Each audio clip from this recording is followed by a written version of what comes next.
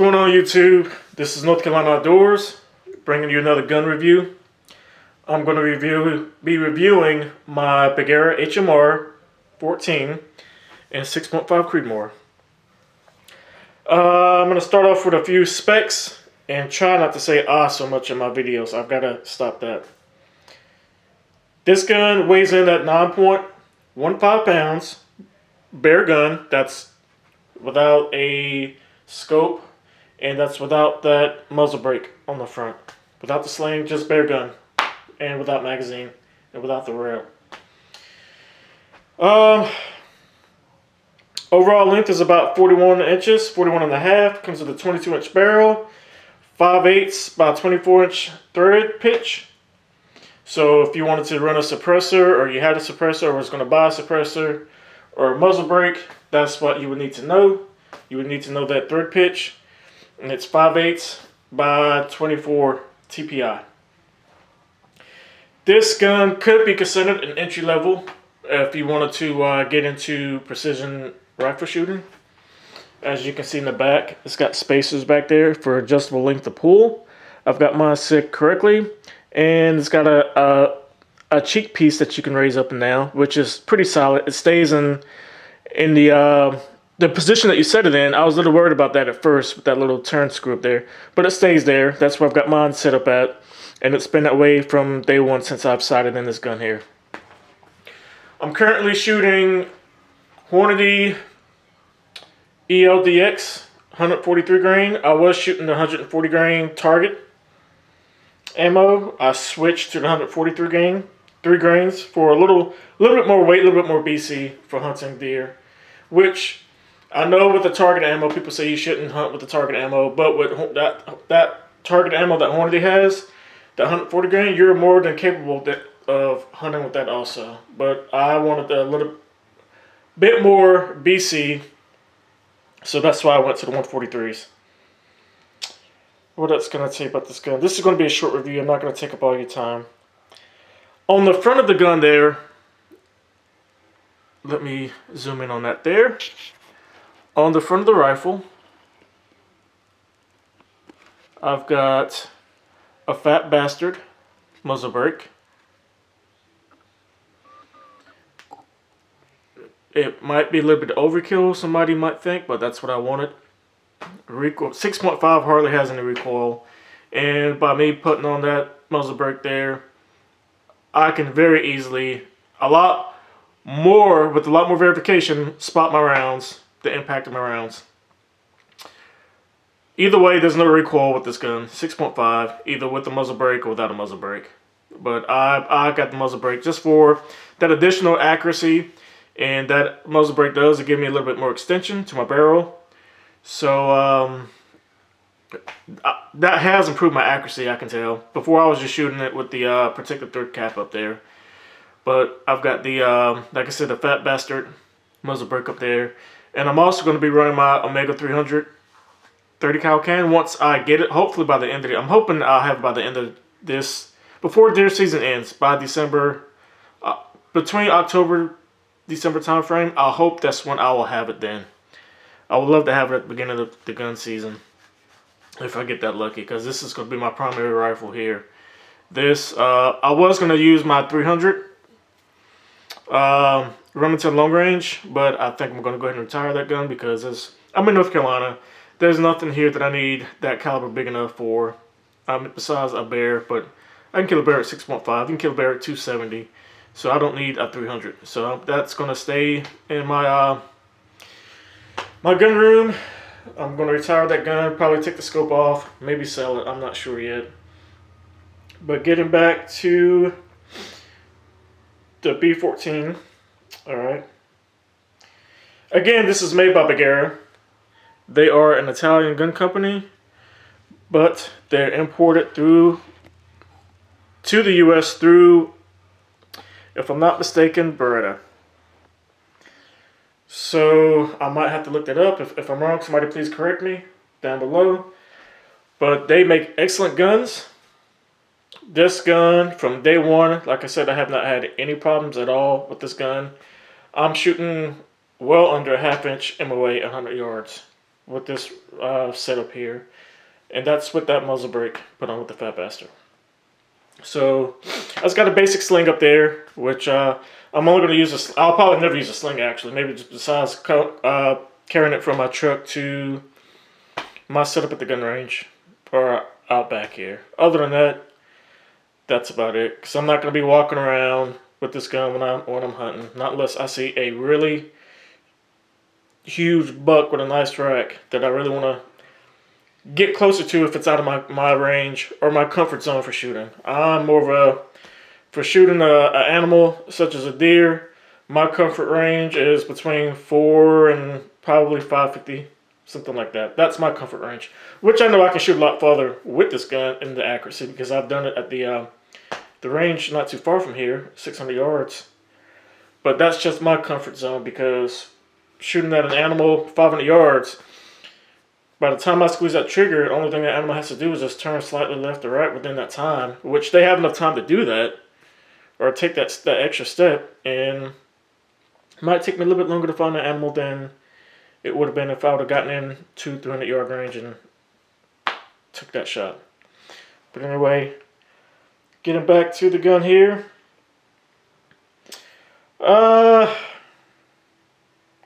It's got 3 quick detached sling swivel studs. One's mounted on the stock, two up by the muzzle end, and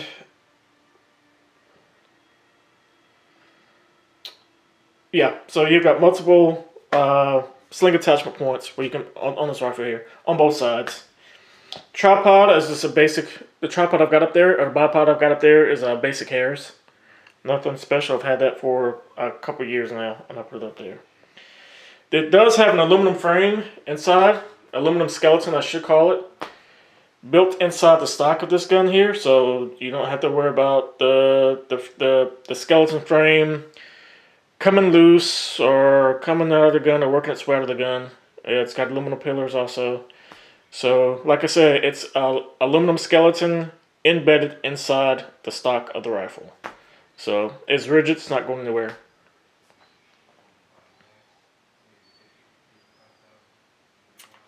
Let's see here.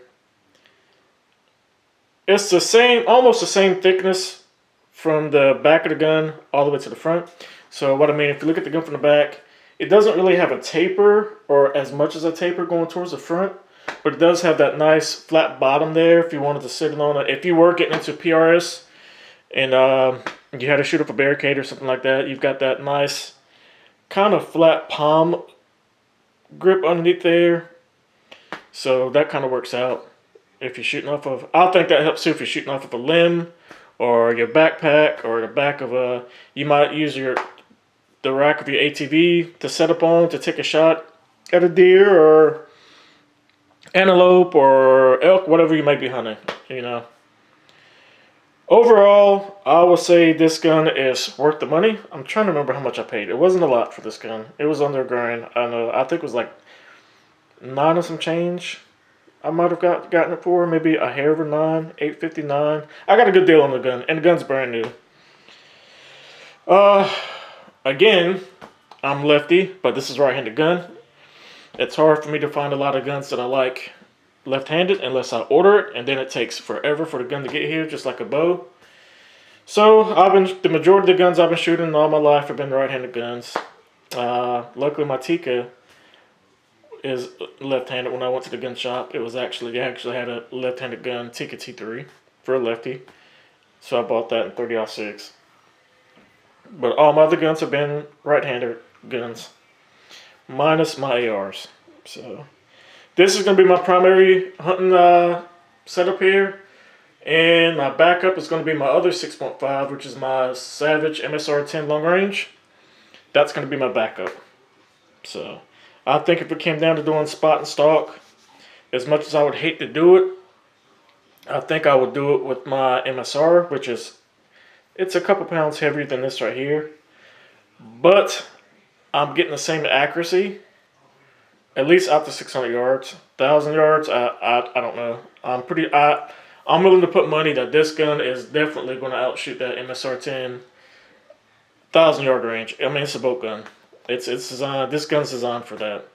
Not saying that the MSR isn't designed for that, but you're gonna get the accuracy out of a bolt gun over an AR.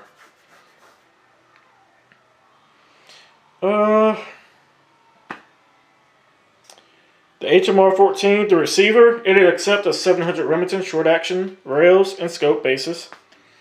Let's see. Very similar to a Remington 700 action. Let's see. Trigger pull. I'm thinking I'm probably pulling about 2 pounds. No, I'm not gonna say 2 pounds. I'm probably pulling about 2.5 pounds. And it can be, I think it can be adjusted down to 2 pounds. I think I'm pulling about 2.5 pounds, maybe 3. It's a pretty light trigger pull to me. You can't really tell. So I'm thinking I'm somewhere between about 2.5 pounds.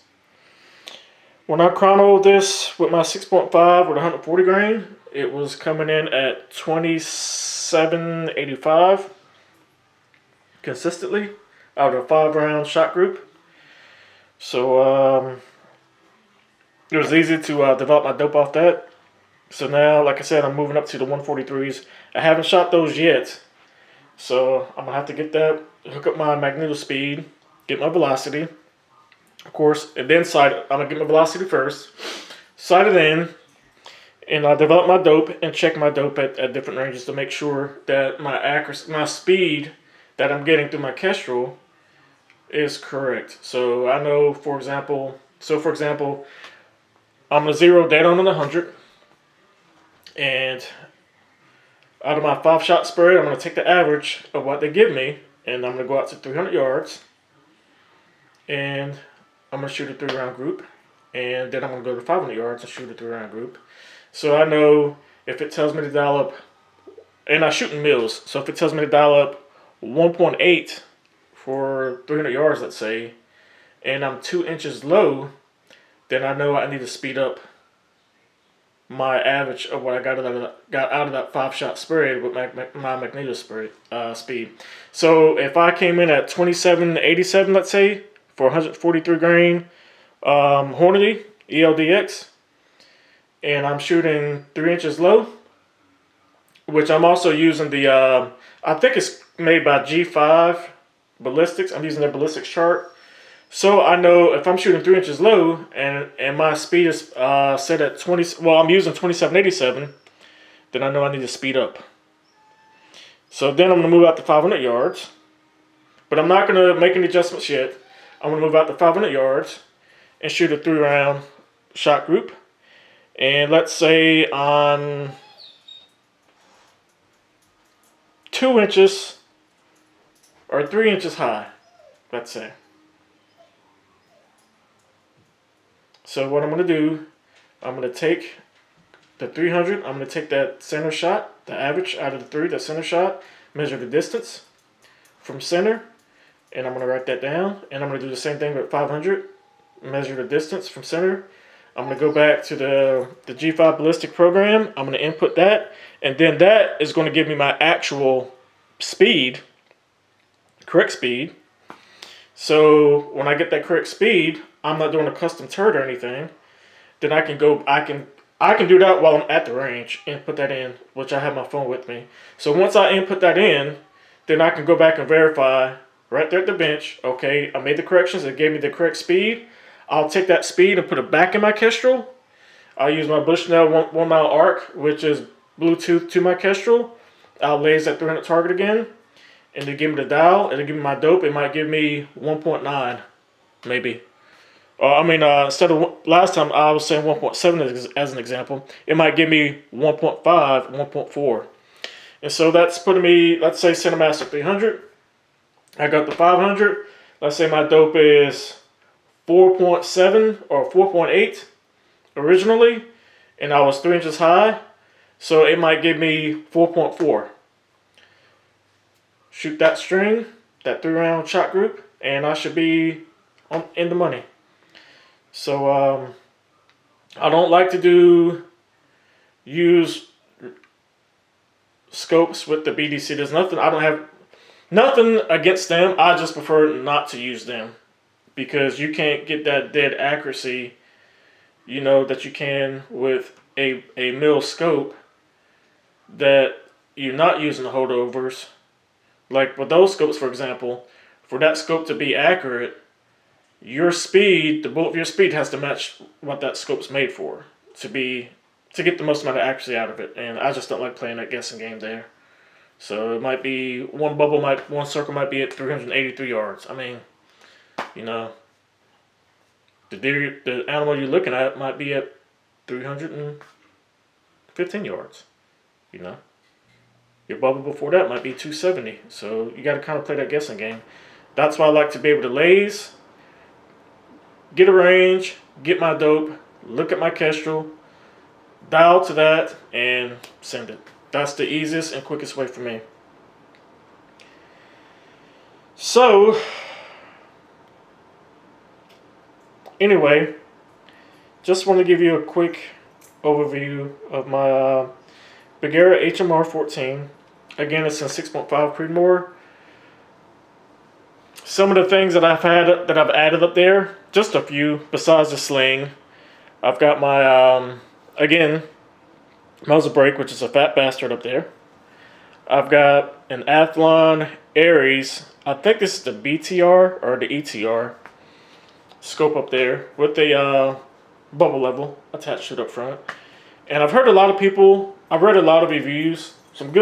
A few good reviews, or a good amount of good reviews, but a lot of bad reviews about this scope, saying that the turrets are mushy and you can't hear any clicks.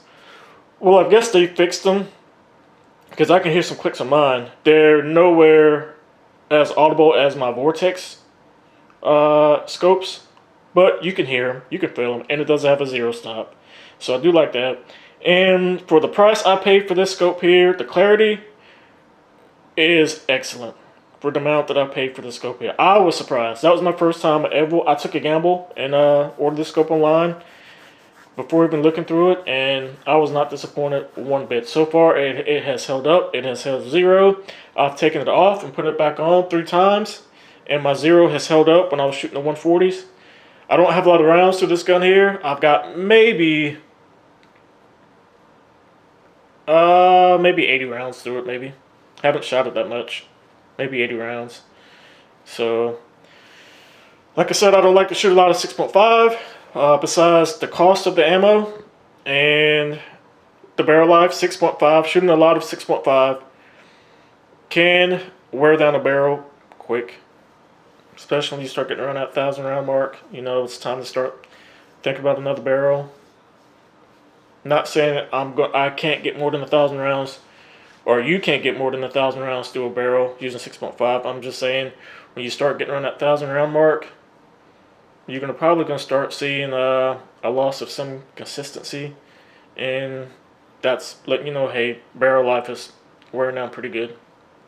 But anyways, this is going to be one of my setups. Last year, when I bought my MSR 10 long range, I used the same setup here for hunting out of a ground blind. Again, this hunting over probably a 100-acre bean field, and just backed my truck up to the edge of it and went off a little ways to the corner of the bean field there where I have a clear line of sight and a good backstop. Nothing back there, nothing but trees, no houses or anything. And it's been pretty accurate. I can shoot consistently off of this setup here. It took me a little while to get used to it, but now I know how to position myself and where to position my rifle and where to position the saddle on my rifle for the most amount of accuracy and the best setup to where I'm not too shaky, and the best balance point, I guess I should say. Anyway, this is going to conclude my short version of the review of the MSR, correction, the HMR 14. I went a little bit longer than I wanted to, but hope you guys enjoyed this video. Please like, share, and subscribe, and leave any comments below. Have a blessed day.